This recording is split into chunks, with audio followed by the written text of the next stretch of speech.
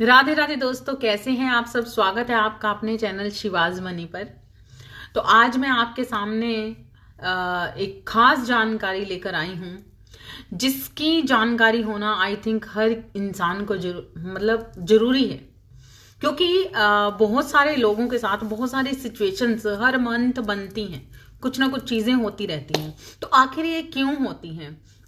जैसा कि हमने सुना है कि फुल मून और अमावस्या पर कुछ ऐसा होता है कि इंसान अनबैलेंस्ड होना शुरू हो जाते हैं, है ना। काफी लोगों का लेवल पार होता है, काफी लोगों की हाई वाइब्रेशंस होती है, और काफी लोगों के साथ ऐसी सिचुएशन बनती है कि लड़ाई झगड़े और प्रॉब्लम्स क्रिएट होती हैं। और कुछ ऐसा होता है कि पिछले जो भी पैटर्न होते हैं उनकी लाइफ में कुछ गुस्से गिले या नाराजगियां या कुछ भी, या रिश्तेदारियों में कुछ भी ऐसा कि जो झगड़े की जड़ होना, है ना। कोई ना कोई ऐसी चीज उभर कर आना जिस पर गुस्सा आना, नाराजगी होना, और अपने अंदर ही अंदर इंसान वीक पड़ता रहता है, डाउन पड़ता रहता है कि ये हमारे साथ क्यों हुआ, कैसे हुआ। ऐसे फजूल के सवालों में बहता रहता है वो इंसान। तो जब ये एनर्जी होती है, ये तभी होती है जब फुल मून और अमावस्या आसपास। तो ऐसे में क्या लॉजिक है यहाँ, मतलब क्यों ऐसा होता है ना। इसके पीछे का लॉजिक क्या है कि आखिर ऐसा क्या वजह है कि फुल मून पर हमेशा आपने सुना होगा, आप जानते होंगे कि कुछ ना कुछ होने वाला है, या फिर फुल मून है तो साइलेंटली आपको वर्क करने के लिए बोला जाता है। आपको कहा जाता है कि अभी रुक जाइए, कोई भी डिसीजन लेने से पहले अगर कोई भी गुस्सा गिला लड़ाई झगड़ा बना हुआ है तो आप रुक जाइए, अभी मत लीजिए।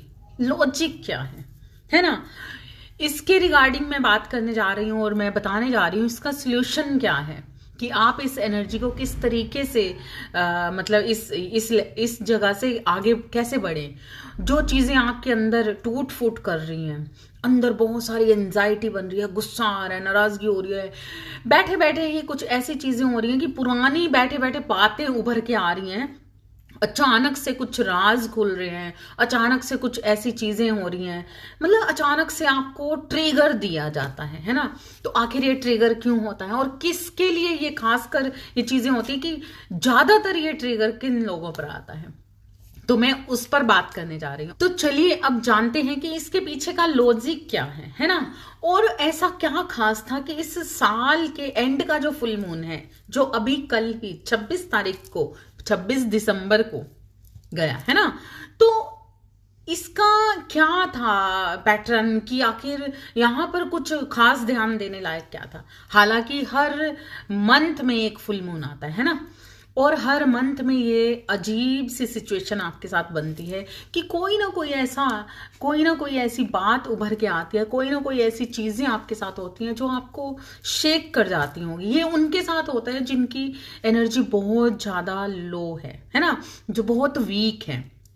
और वो कौन लोग हैं, किस तरह की एनर्जी या किस तरह किन पे ये चीजें ज्यादा काम करती हैं। तो आखिर पहले हम बात करते हैं लॉजिक की। इसके पीछे का लॉजिक क्या है। जैसा कि आप शायद जानते होंगे और बहुत सारे लोग नहीं भी जानते होंगे, बहुत सारे लोग इस पर फेथ करते हैं और बहुत सारे लोग इस पर फेथ नहीं भी करते। जैसे कि पहले मैं भी नहीं करती थी, आज से बहुत साल पहले मैं भी इन चीजों पर फेथ नहीं करती थी। लेकिन जब ईश्वरीय शक्ति और ईश्वरीय तत्व में पूरी तरह से मिलन हुआ तो बहुत सारी चीजों के राज खुले मेरे सामने। बहुत सारी चीजों में मैंने डूब कर उनमें डुबकी लगाई और उन चीजों का हर तरीके की लॉजिक को समझा, और जिसकी वजह से मैंने जाना कि हमारी लाइफ के ऊपर प्लैनेट्स का क्या प्रभाव पड़ता है, कितना प्रभाव पड़ता है और क्यों प्रभाव पड़ता है। उस चीज को मैंने उस पर इतनी ज्यादा रिसर्च की, इतना ज्यादा खोजबीन की, बहुत सालों से मैं लगी हुई हूँ इन चीजों पर। तब जाकर मुझे भी यकीन आया, क्योंकि मैं खुद भी यकीन नहीं करती थी। बहुत सारे लोग हैं जो यकीन नहीं करते हैं, लेकिन सच्चाई जो है वो सच्चाई ही है। अभी इस पर मैं बहुत सारी ऐसी चीजें लाऊंगी जिससे आप, जो लोग नहीं भी मानते ना, वो मानने पर मजबूर हो जाएंगे कि आखिर सच क्या है। हर इंसान एक प्लैनेट्स के साथ जुड़ा हुआ है। एक क्या, हमारे अंदर बहुत सारे प्लैनेट्स काम करते हैं। मैं अगर बात कर रही हूँ तो ये मैं नहीं बात कर रही हूँ, ये किसी प्लैनेट्स का ही असर है कि मैं आपके सामने हूँ।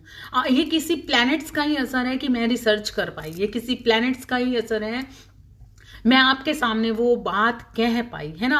उसी तरीके से ईश्वरीय शक्ति जब हमारे साथ चलती है तो वो कब होता है, जब हम उन प्लैनेट्स के ऊपर पूरी तरह से काम करते हैं कि हमारे अंदर हमारे ऊपर कौन से प्लैनेट्स काम कर रहे हैं, और उन प्लैनेट्स के अकॉर्डिंग हम खुद किस ईश्वर की पूजा करके उस प्लैनेट्स पर अपना कंट्रोल कर सकते हैं जो हमें तंग करते हैं, जो प्लैनेट्स हमारे लिए हार्मफुल हैं। और जो हार्मफुल हैं वो किस लिए हैं, क्योंकि वो हमारे कर्माज हैं।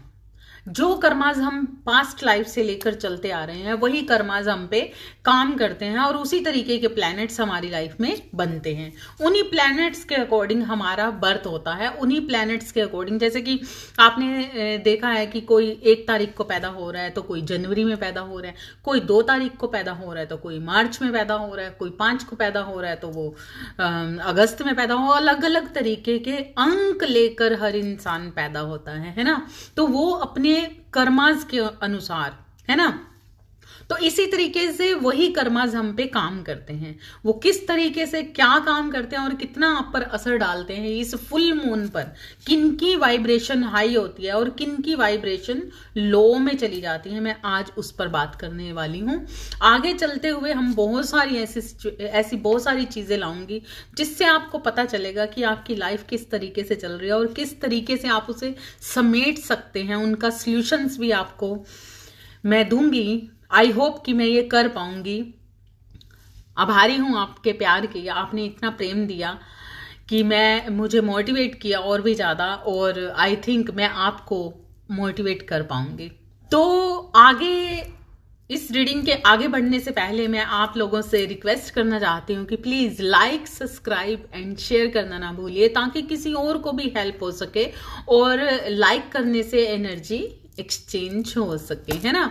तो हम आगे बढ़ते हैं। आखिर क्या लॉजिक है कि ये चीजें होती हैं। तो अब मैं यहाँ पर आपको बताना चाहूंगी कि ये जो फुल मून की एनर्जी है या अमावस पर कौन से लोगों के साथ ज्यादा परेशानी बनती है, अब क्यों बनती है, पहले हम इस पे बात करते हैं।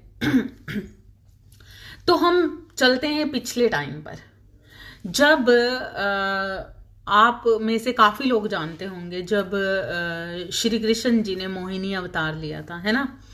और जब वो समुद्र मंथन हुआ था, जब समुद्र मंथन हुआ था तो उसमें से बहुत सारी चीजें निकली थी, बहुत सारी चीजें, और उन चीजों के बीच में एक निकला था अमृत कलश, है ना। अगर बहुत सारे लोग आई थिंक यहाँ जानते होंगे, और जो नहीं जानते हैं वो ध्यान से इस चीज को सुने और एब्जॉर्व करें। अमृत कलश निकला था जिसमें एक ऐसा अमृत था जिससे आप कभी मरते नहीं हैं, जो देवों के लिए था, जो पॉजिटिव पावर को हमेशा हाई रखता था और हमेशा आपको कभी भी मृत्यु नहीं आ सकती, है ना। तो ऐसे में क्या हुआ कि जब ये अमृत मिला तो ये अमृत देवों ने रख लिया, लेकिन अब राक्षसों को ये था कि हमें भी ये अमृत पीना है, जिसकी वजह से उनमें झगड़ा लड़ाइयां चलने लग गई, है ना। तो तब श्री कृष्ण जी ने मोहिनी अवतार लिया और उस अमृत को तरीके से बांटने की बात कही, है ना। लेकिन क्योंकि ये अमृत तो देवों के लिए ही था, अगर असुर पी लेते तो कहीं ना कहीं ये युग ही कुछ और होता, ये सृष्टि कुछ और होती, है ना। जिसकी वजह से पूरे तरीके से ईश्वर ने सोच समझकर प्लानिंग की। लेकिन क्योंकि राक्षस कहीं ना कहीं जानते थे कि क्योंकि राक्षस बुद्धि है ना, उन्हें मालूम है हम तो ऊट पटांगी हैं, मांस मदिरा खाना, ये ऐसी चीजें करना, गलत चीजों में जाना, तो गलत जब नेगेटिविटी बढ़ेगी तो सृष्टि का नाश ही होगा, बढ़ेगी नहीं। इसी वजह से यहाँ पर देवों ने, ईश्वर ने प्लानिंग की अपने तरीके से चलने की, क्योंकि वो कहते हैं ना कि जब सच के लिए झूठ बोला जाए तो वो कभी झूठ नहीं होता। तो इसीलिए यहां पर जान बचानी थी धर्म की। तो मोहिनी अवतार में एक तरफ देव और एक तरफ दानव, दोनों को बिठा दिया गया इक्वली कि दोनों में अमृत बांटा जाएगा, है ना। लेकिन कहीं ना कहीं दानवों को शक था, है ना। लेकिन फिर भी उन्होंने कृष्ण जी पे, मोहिनी पे वो उन्होंने जिस तरीके से उन्हें रिझाया तो फेथ कर लिया कि चलो ठीक है कि ये देव नहीं है तो हम इसके अकॉर्डिंग तो चली जाएंगे। लेकिन वहां जो स्वर्ग का द्वारपाल था वो था स्वर भानु। आपने काफी लोगों को शायद मालूम होगा, लेकिन जिनको नहीं मालूम है उन वो ध्यान से सुने कि स्वर्ग लोक का जो द्वारपाल था वो था भानु, वो था दानव। तो लेकिन वो था अच्छे कर्मों से लिप्त था, इसीलिए वो स्वर्ग का द्वारपाल था। कहीं ना कहीं उसने बहुत अच्छे कर्म किए थे। स्वर्ग का द्वारपाल होने के नाते वो कहीं ना कहीं इस चीज को अच्छे भली भांति जानता था कि कुछ ना कुछ तो गलत हो सकता है। ब्रह्मा विष्णु महेश ऐसा तो नहीं होने देंगे कि दानवों को सही चीज मिल जाए, अमृत मिल जाए। जिसकी वजह से उसने क्या किया कि अपना रूप बदल लिया और देवताओं में जाकर बैठ गया और अमृत पीने के लिए। लेकिन देवताओं में बैठने पर क्या हुआ कि जो चंद्रमा और जो सूर्य थे उनको इस चीज का भान हो गया, उनको कहीं ना कहीं इंट्यूशंस हो गई कि ये जो हमारे बीच में देव है वो सही नहीं है, ये रूप बदलकर दानव ही बैठा हुआ। इसी वजह से जैसे ही अमृत उस स्वर भानु राक्षस के मुंह में जाने लगा तो उसी वक्त पर चंद्र और सूर्य ने मोहिनी को, मतलब श्री कृष्ण जी को, विष्णु भगवान जी को रोक दिया कि नहीं रुको, ये देव नहीं है, दानव है। तो वहां पर कौन था? सूर्य और चंद्रमा थे जिन्होंने शिकायत की, जिन्होंने इस चीज को रोका, खराब किया, जिसकी वजह से विष्णु भगवान जी ने गुस्से में आते ही, क्योंकि अमृत उसके मुंह में जा चुका था, गुस्से में आकर एकदम से उसका धड़ अलग कर दिया सिर से। तो वो उसका जो अमृत था वो गले में ही रह गया, है ना। लेकिन अब वो जा चुका था तो इसलिए वो उसके अंदर अमृत जा चुका था। लेकिन सर धड़ अलग करने से वो मरा तो नहीं, लेकिन सर आसमान की तरफ चला गया और धड़ जमीन की तरफ चला गया, ठीक है। तो इसी तरीके से जब ये चीजें हुई तो पता चला कि वो राक्षस था, वो दानव था। लेकिन अब वो क्रोध में आ गया। जैसे ही उसका सर और धड़ अलग हुआ, वो कौन थे? वो थे राहु और केतु। उनको ये नाम दिए गए, राहु और केतु। राहु कौन था? सिर था। केतु कौन था? धड़ था, है ना। दोनों को अलग अलग नाम दे दिए गए। अब जो होना था वो तो हो चुका था, अमृत चला गया था उसके अंदर, और राहु केतु कहीं ना कहीं देवों की कैटेगरी में भी ले लिए गए, क्योंकि उनके अंदर अमृत था और अमृत देवों के अंदर ही होता है, पॉजिटिविटी। तो इसी वजह से वो दानव ना कहला के देव कहलाने लगे। लेकिन अब क्योंकि उनका जो स्वरूप था वो दो भागों में बट गया था, राहु और केतु में। और इसका कारण कौन थे? इसके पीछे कौन था? वो थे सूर्य और चंद्रमा। सूर्य और चंद्रमा की वजह से उसकी ये हालत हुई। अब वो तड़फने लगा कि अब क्या, क्यों मेरे साथ ये चीजें क्यों हुई, गलत हुई। मैं अब, क्योंकि अब कोई रास्ता नहीं था, देवों ने उसे अपना लिया राहु केतु को। लेकिन राहु केतु ने चंद्रमा और सूर्य को नहीं अपनाया। उसने उस पे बहुत ज्यादा क्रोध दिखाया और बोला कि मैं इनको माफ नहीं करूंगा, आप मुझे देवों में ले रहे हैं, ये आपकी बड़प्पन है, लेकिन मैं इसके साथ कभी भी न्याय नहीं करूंगा। मुझे मतलब इसका बदला लेना ही लेना है, क्योंकि इसने मेरे साथ मैंने अगर गलत किया था तो ईश्वर मेरे साथ कुछ भी कर सकते थे, लेकिन इनकी वजह से ये चीज हुई, क्योंकि उन्होंने कर्म क्रिएट किया। अगर राहु केतु अपनी जगह कर्म क्रिएट कर रहे थे तो उन्होंने भी अपना कर्म क्रिएट किया, दूसरे की चुगली करके, दूसरों को अच्छा, ताकि वो अमृत पान ना कर सके, है ना। क्योंकि मेन बात तो ये थी कि उनको अमृत नहीं पीने देना था, है ना। लेकिन फिर भी अमृत तो पी चुके थे। अगर वो अपना कर्म गलत ना करते, मतलब उन्होंने अपना कर्म क्रिएट कर लिया और दूसरे इंसान को अमृत पीने से रोका, अच्छी पॉजिटिविटी लेने से रोका, तो वो एक अलग लॉजिक है ना। लेकिन ये चीजें हो चुकी थी, इस वजह से राहु और केतु ने ठान लिया कि हम सूर्य और चंद्रमा को माफ नहीं करेंगे, इसका तो मुझे अब संहार करना ही करना है, भले ही आप मुझे देवों में लो, भले ही आप देवों में ना लो। तब देवों ने ये चीज की कि चलो जो हो गया वो हो गया, अब वो तो बदला नहीं जा सकता। लेकिन तभी उनको वरदान दिया, राहु और केतु को वरदान मिला कि ये चंद्रमा और सूर्य को अपने तरीके से दंड दे सकते हैं, सजा दे सकते हैं। तब राहु और केतु ने बोला कि हर मंथ में हम एक एक बार चंद्रमा को और सूर्य को ग्रास करेंगे, मतलब खाएंगे, उनको तड़फाएंगे, इसको सजा देंगे तड़फा के। जब ये चीजें हुई तो तभी पूर्णमासी को फुल मून होता है, लेकिन उस दिन सूर्य भगवान को सजा मिलती है जो राहु देते हैं। और जब अमावस होती है तो तब चंद्रमा को दंड मिलता है, जब सजा मिलती है, क्योंकि उनको उस रात को वो तड़फाए जाते हैं। इसीलिए उनका जो क्योंकि चंद्रमा कौन है? चंद्रमा हमेशा प्रेम है ना, ममतामयी है। तो ये कहीं ना कहीं मातृत्व प्रेम को भी डिनोट करता है ना। तो यहां पर क्या होता है कि दो लोगों के अंदर का प्रेम खत्म हो जाता है, क्योंकि उस वक्त पर चंद्रमा खुद ही पीड़ित होता है, चंद्रमा खुद ही तड़फ रहा होता है। तो वो अपनी, क्योंकि चंद्रमा के कारण ही इस पृथ्वी पर प्रेम का संचार होता है। लेकिन जिस वक्त चंद्रमा खुद ही ग्रास किया गया है, वो खुद ही कैद में है, खुद ही तड़फ रहा है, तो वो अपनी, हम कहते हैं ना हम लाइट वर्कर हैं, तो हम अपनी रोशनी फैलाएं, अच्छा पॉजिटिव सोचें, पॉजिटिव थॉट्स दें, ताकि आगे की जनरेशन को भी पॉजिटिविटी मिले। आपने देखा होगा कि मैं बहुत बार जब बात कर रही होती तो बीच में बात करते करते रुक जाती हूँ या झिझक जाती हूँ। झिझक नहीं, मतलब लड़खड़ा जाती हूँ। वो किस लिए?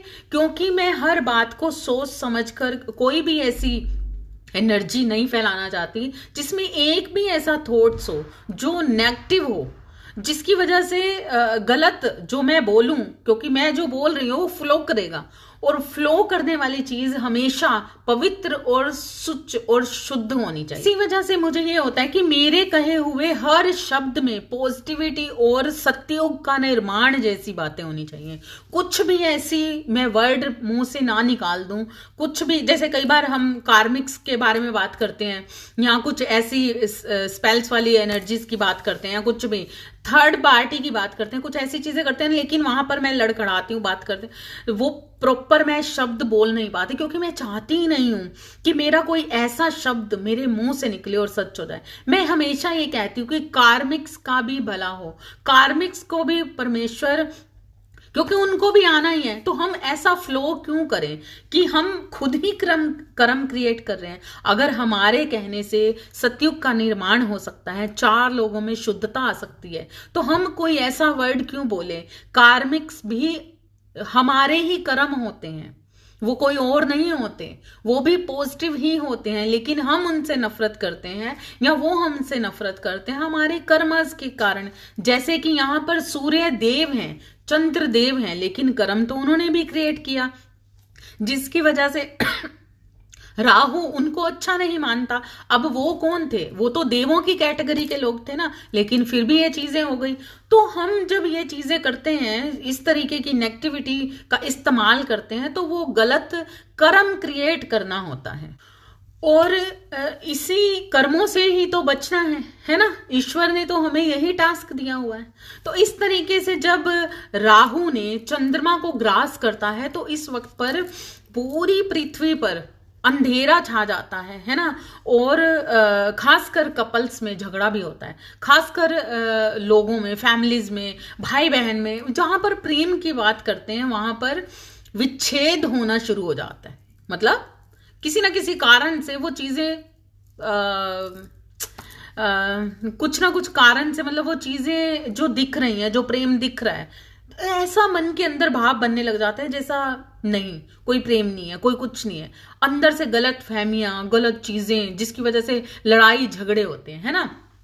तो ये वजह है इस वक्त पर आपकी एनर्जी लो होने का। और पहले हम बात करते हैं ये कैसे हाई कर सकते हैं, अभी बताती हूँ।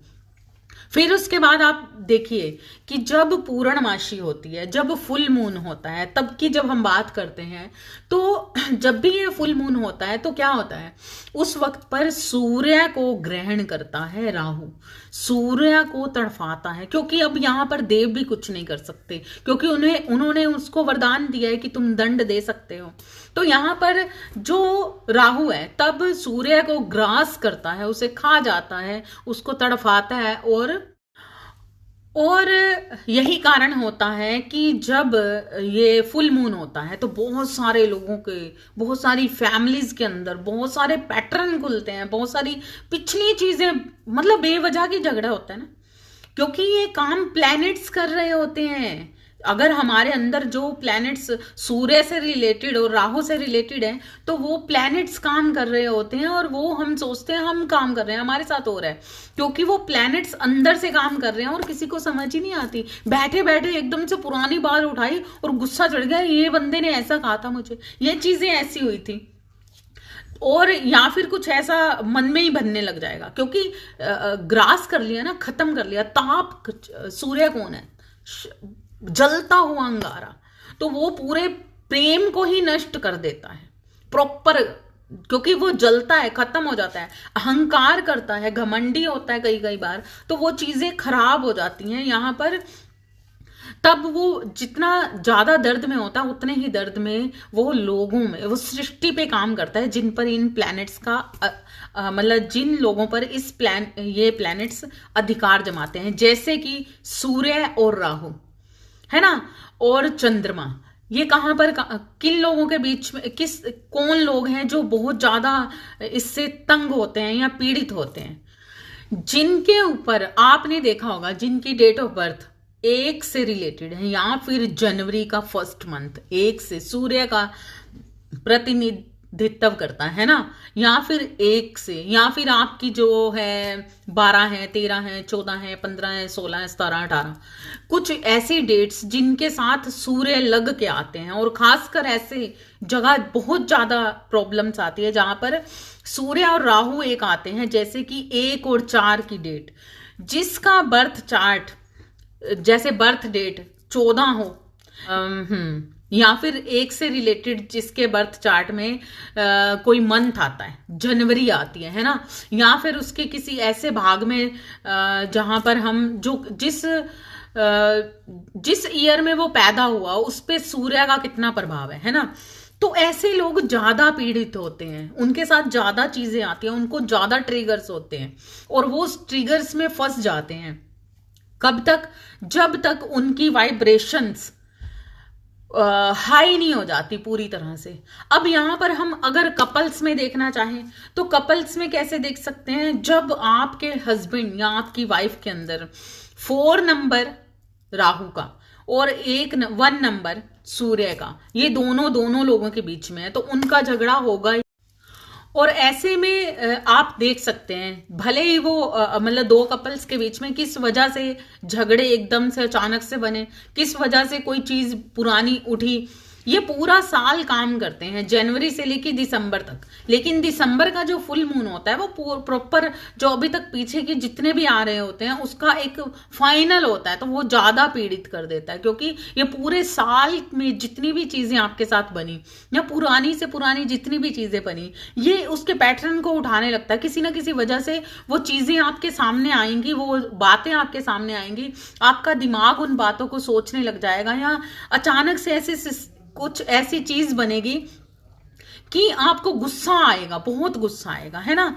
तो ये तब होता है 2 लोगों के अंदर पूरी तरह से आग जलने लग जाती है, वो भले फैमिली हो, भाई बहन हो, माँ बाप हो, कपल्स हो, कोई भी किसी भी तरीके की। इस टाइम पर आप देखोगे कि इस तरीके की एनर्जी फैलती है कि लोगों में लड़ाई झगड़े और गुस्सा ज्यादा बनने लग जाता है। और अमावस के नजदीक भी आप देखोगे कि लवर्स के अंदर ऐसी चीजें बनती है, मायूसी से छा जाती है, एकदम से मायूस हो जाते हैं, वीक पड़ जाते हैं, मन के अंदर आता है जैसे हम कितने अकेले हैं, हमारा कोई है ही नहीं, ऐसी ऐसी चीजें बनती हैं, क्योंकि चंद्रमा प्रेम को खत्म कर देता है, और सूर्य हर इंसान के अंदर वो जलती हुई आग है जो ईश्वर के साथ मिलन होने का मतलब एक सार बनाता है। जब हम ये कहते हैं कि आप मेडिटेशन में जाओ और मेडिटेशन में जाने के बाद आपके अंदर एक लाइट सी आएगी, एक प्रकाश सा जमजमाता आएगा, तब आप ईश्वर के साथ एक हो रहे होंगे, है ना, ऐसा ही कहते हैं ना। तो वो हमारे अंदर उज्जवल भविष्य लाता है। हमारे अंदर हमारी आत्मा है सूर्य, तो हमारी आत्मा को जागृत करता है, अवेकन करता है, और इस तरह से हमें ईश्वर के साथ एक करता है। जब हम अपनी आत्मा को जागृत करते हैं, उसमें रोशनी लाते हैं। लेकिन जब वो रोशनी, वो सूर्य खुद ही ढका हुआ है, खुद ही अंधेरे में है, खुद ही पीड़ित है, तो वो सूर्य दूसरों को कैसे वो देगा, मतलब वो रोशनी कैसे देगा, क्योंकि वो इस वक्त पर खुद सजा भुगत रहा है, खुद दंडित है। तो ऐसे में क्या होता है, जो आध्यात्मिक यात्रा पर भी निकले हुए लोग हैं, बहुत मेडिटेशन करते हैं, बहुत हाई पावर में है, अचानक से ऐसे लगता है कि ये क्या हो गया, इतना हाई वाइब्रेशन में आने के बावजूद भी, इतना कुछ करने के बावजूद भी ये क्या हो रहा है, हम अंदर अंधेरा सच आने लग जाता है और नेगेटिव ख्याल आने लग जाते हैं। बहुत सारी ऐसी सोच बन जाती है, जैसे गलत फहमियां बहुत सारी बन जाती हैं, और गुस्सा आने लग जाता है बहुत ज्यादा। ये गुस्सा इसीलिए आता है क्योंकि ये प्लैनेट्स आप पे काम कर रहे हैं, आपके ऊपर काम कर रहे हैं। आध्यात्मिक यात्रा में आप आगे बढ़ते बढ़ते हर मंथ आपका टेस्ट आता है, ये चीजें कि आप कहाँ, कैसे पता चलता है कि हमने लेवल पार किया, क्योंकि जब हमारे ऊपर ये प्लैनेट्स काम करते हैं तो इसका मतलब ये है कि कहीं ना कहीं अभी कुछ बाकी है। ईश्वर तत्व में जब एक इंसान आ जाता है, पूरी हाई वाइब्रेशन में जब ये इंसान आ जाता है, आप शिव की पूजा करते हो, शिव तत्व आपको हर गुरु में, हर ईश्वर में मिलेगा। मतलब आप किसी भी नाम से पुकारो उसको, अल्लाह, वाहेगुरु, बाइबल, या किसी भी नाम से पुकारो, ईश्वर तत्व ही आपको हर जगह पे वो मिलेगा। मतलब आप नाम कुछ भी ले सकते हैं ना। अब क्योंकि ये प्लैनेट्स आप पे काम कर रहे थे, अब आपको आता है ना कि कैसे पता चले कि हाई वाइब्रेशन में हो। जब ये प्लैनेट्स आप पर धीरे धीरे धीरे धीरे, आप अध्यात्म में जा रहे हो, आप ईश्वर को मान रहे हो, मानसिक जाप में हो लगातार से, तो वो प्लैनेट्स आप पर धीरे धीरे अपना असर कम करने लग जाते हैं। जैसे कि कहते हैं ना कि किसी नशे का असर, जब बहुत ज्यादा बंदा शराबी हो तो वो गिरने मरने लगता है, उसको पता ही नहीं चलता दुनिया कहाँ है कहाँ नहीं है ना। लेकिन जब उस नशे का असर थोड़ा सा कम कम कम होता है तो वो उसको सब पता चलता है, और इसी से पता चलता है कि आपका लेवल क्या है। आप सोसाइटी में बैठे हो, एक शराबी बैठा है तो वो कितना दूसरों को जान रहा है, हाँ घर में बैठा वो नशा कर रहा है, वो कितना क्या कर रहा है, उसका लेवल बताता है कि इसने किस हद तक वो नशा किया है। जब एक इंसान गिरता पड़ता धूर्त होकर गिर जाता है नशे में, मतलब जब एक आध्यात्मिक इंसान पूरी तरह से पॉजिटिव होकर उस परमेश्वर के नशे में डूब जाता है, उस वक्त पर उसके फेस पर ये जो फुल मून है या अमावस है, उसके फेस की हंसी को कम नहीं कर पाते। वो हमेशा खिलखिलाता नजर आएगा, क्योंकि उसे अगर झटके भी लग रहे होंगे ना तो उसको मालूम है, इस चीज का लॉजिक मालूम है कि क्या हो रहा है। उसको पता होता है कि अब मेरे साथ ये चीजें हो, उसे मालूम होता है कि ये चीजें मेरे साथ नहीं हो रही। जिस प्लैनेट्स के आधार पर मैं बना हूं, वो प्लैनेट्स के साथ वो चीजें अंदर चल रही हैं, लगातार चल रही हैं, जो मुझे शेक कर रही हैं। लेकिन मुझे शेक नहीं होना, क्योंकि वो उनकी लड़ाई है ना। तब क्या होता है कि उसका प्रभाव हम पे इस तरह से आता है कि हमारे अंदर वो चीजें बनने लग जाती है। हमारे सामने कोई कार्मिक इंसान, जो हमारे जिसके साथ कुछ कर्म अभी कुछ बाकी है देना लेना, वही इंसान टूट पड़ते हैं, या फिर हमें उन पर गुस्सा आने लग जाता है, गलत फहमियां बन जाती हैं, अच्छी भली चीजें दिखती हुई भी झूठ दिखने लग जाता है, और आपको लगता है कि अब इस इंसान ने मेरे साथ ऐसा कर दिया, ये इंसान ने ऐसा कर दिया। लेकिन अगर आप उस वक्त पर शांत रहेंगे और उस पैटर्न को दबा देंगे, वहीं पर बहुत सारी गलतफहमियां, लवर्स में भी क्या होता है, कपल्स में भी क्या होता है, और फैमिली में क्या होता है, बहुत सारी चीजें ऐसी बनेंगी, अरे भाई तूने मेरे साथ ऐसे कर दिया, तेरे दिल में खोट है, या मन में ही सोचने लग जाएंगे कि ये इंसान मेरे लिए पॉजिटिव नहीं है, ये इंसान ने मेरे साथ ऐसा किया, ये इंसान ने ऐसा किया, ये चाहता है, वो चाहता है, ऐसे वैसे, पता नहीं कितने सारे सवाल, भरमार आती है और जिसकी वजह से अटैक करो, मतलब लगातार ये होता है अटैक करो, अटैक कर दो, और जैसे ही आपने अटैक कर दिया मतलब आप आपकी वाइब्रेशंस मतलब डंप पड़ गई और आपका टास्क टूट गया। उसी टाइम पर आप पिछले टाइम पर पहुंच गए, क्योंकि ईश्वरीय तत्व में अगर आप मिलने जा रहे हो तो इन सारी चीजों को आप पर काम क्यों कर रही हैं? अभी तक आप कर्मों की भाषा भी नहीं समझे, अभी तक आप सोल लेवल पर नहीं आए हैं। जो इंसान सोल लेवल पर आ जाता है वो चंद्रमा, सूर्य, राहु, केतु, शनि देव, हर चीज का हर प्लैनेट्स का प्यारा हो जाता है। क्यों? क्योंकि हर चीज उस पर काम करने बंद कर जाती है, सिवाय ईश्वर के कोई नहीं होता, कोई भी नहीं होता, क्योंकि आप पूरी तरह से अधीनता में जा चुके हैं, पूरी तरह से आप ईश्वर के अधीन हो चुके हैं। आप पर अब कोई प्लैनेट्स काम नहीं करता, आप एक ईश्वर शिव जी, अगर हम भगवान की बात करें तो यहां पर उन पर कोई भी प्लैनेट्स काम नहीं करता है। क्योंकि ये प्लैनेट्स बनाए इसीलिए गए थे, सृष्टि संचार हुआ इसीलिए था कि कौन सा प्लैनेट किस इंसान पर अपना राज्य स्थापित कर सकता है। क्योंकि ईश्वर ने सृष्टि का संचार इसीलिए किया था कि उन्होंने कहा कि अगर आप, क्योंकि जब प्लैनेट्स की बात आती है, ग्रहों की बात आती है, तो ये सृष्टि से पहले थे, जब देव और दानवों में बहुत लड़ाइयां हुआ करती थी, झगड़े हुए करते थे, है ना। तो ईश्वर ने इनको एक स्थान दिया था जो था हम सृष्टि का संचार किया, और ईश्वर ने उनमें एक टास्क बना दिया कि भाई तू जिस पर अपना राज्य स्थापित करेगा वही बंदा तेरा। और उसके बाद हम क्योंकि अमृत के चलते हर किसी को ये हो गया ना कि देव तो जिंदा रहेंगे, हम क्यों मरे, क्योंकि देव और दानव सेम थे, एक ही ईश्वर के बच्चे थे, एक ही परिवार के घर में, मतलब दो बच्चे होते हैं ना, दो लड़के हो गए, एक अच्छा निकल गया एक बुरा निकल गया, उसी तरीके से देव और दानव दोनों ही उनकी शिव की औलाद थी, जिसकी वजह से उन्होंने कहा कि चलो ठीक है, मैं आपको एक घर देता हूं, और उस घर में जिसने अपना राज्य स्थापित कर लिया वही घर आपका है ना, उस पे आप, उस घर के राजा आप हो। तो राज्य स्थापित करना था उनको, क्योंकि स्वर्ग लोग देवों को मिल गया था ना, दानवों को चाहिए था। तो उन्होंने कहा ठीक है, जिस इंसान के अंदर स्वर्ग होगा आप उस पर अपना राज्य स्थापित कर सकते हैं।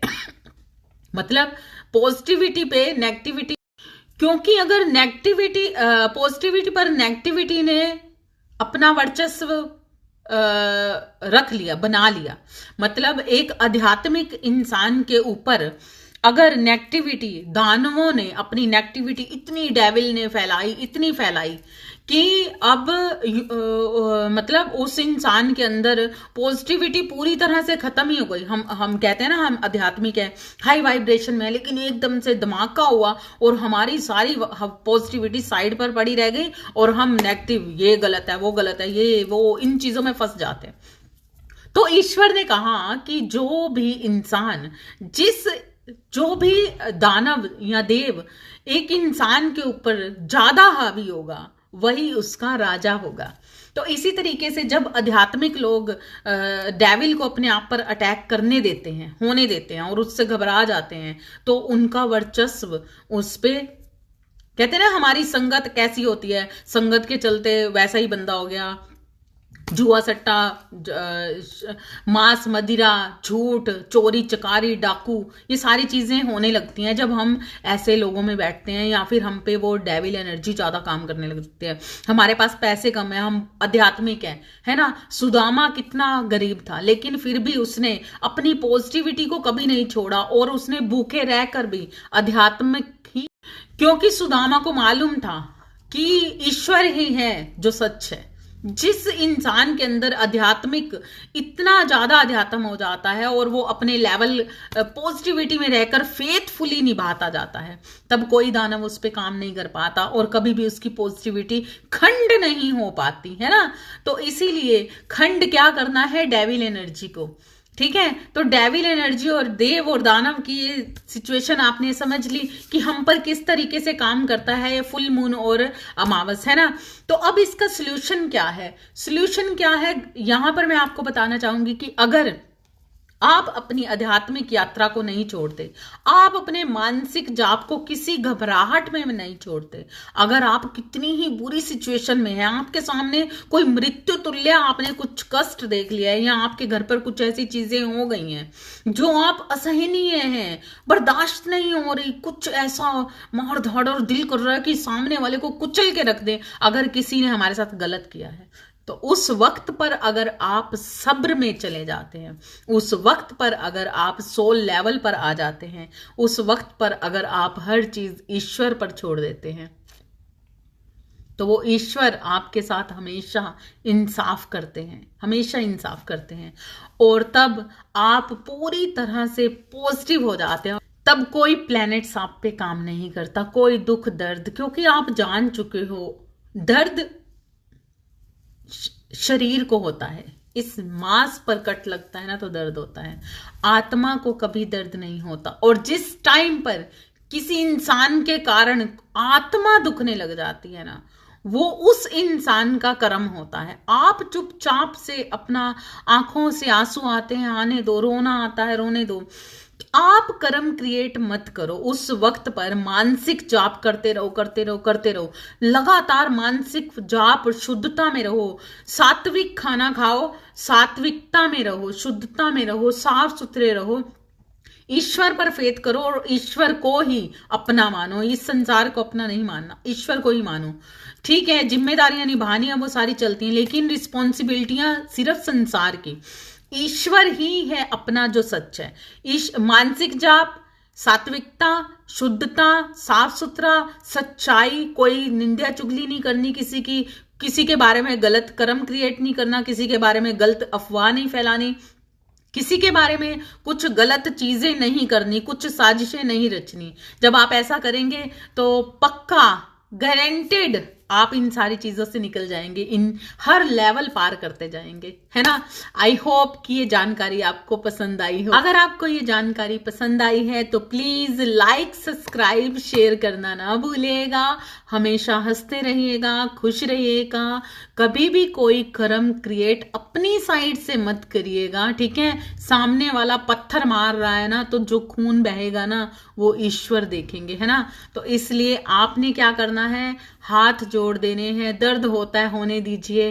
किसी के अच्छे या बुरे करने से हमारा अच्छा बुरा नहीं होता है, जब हम सही है ना तो ईश्वर हमें देख रहे हैं।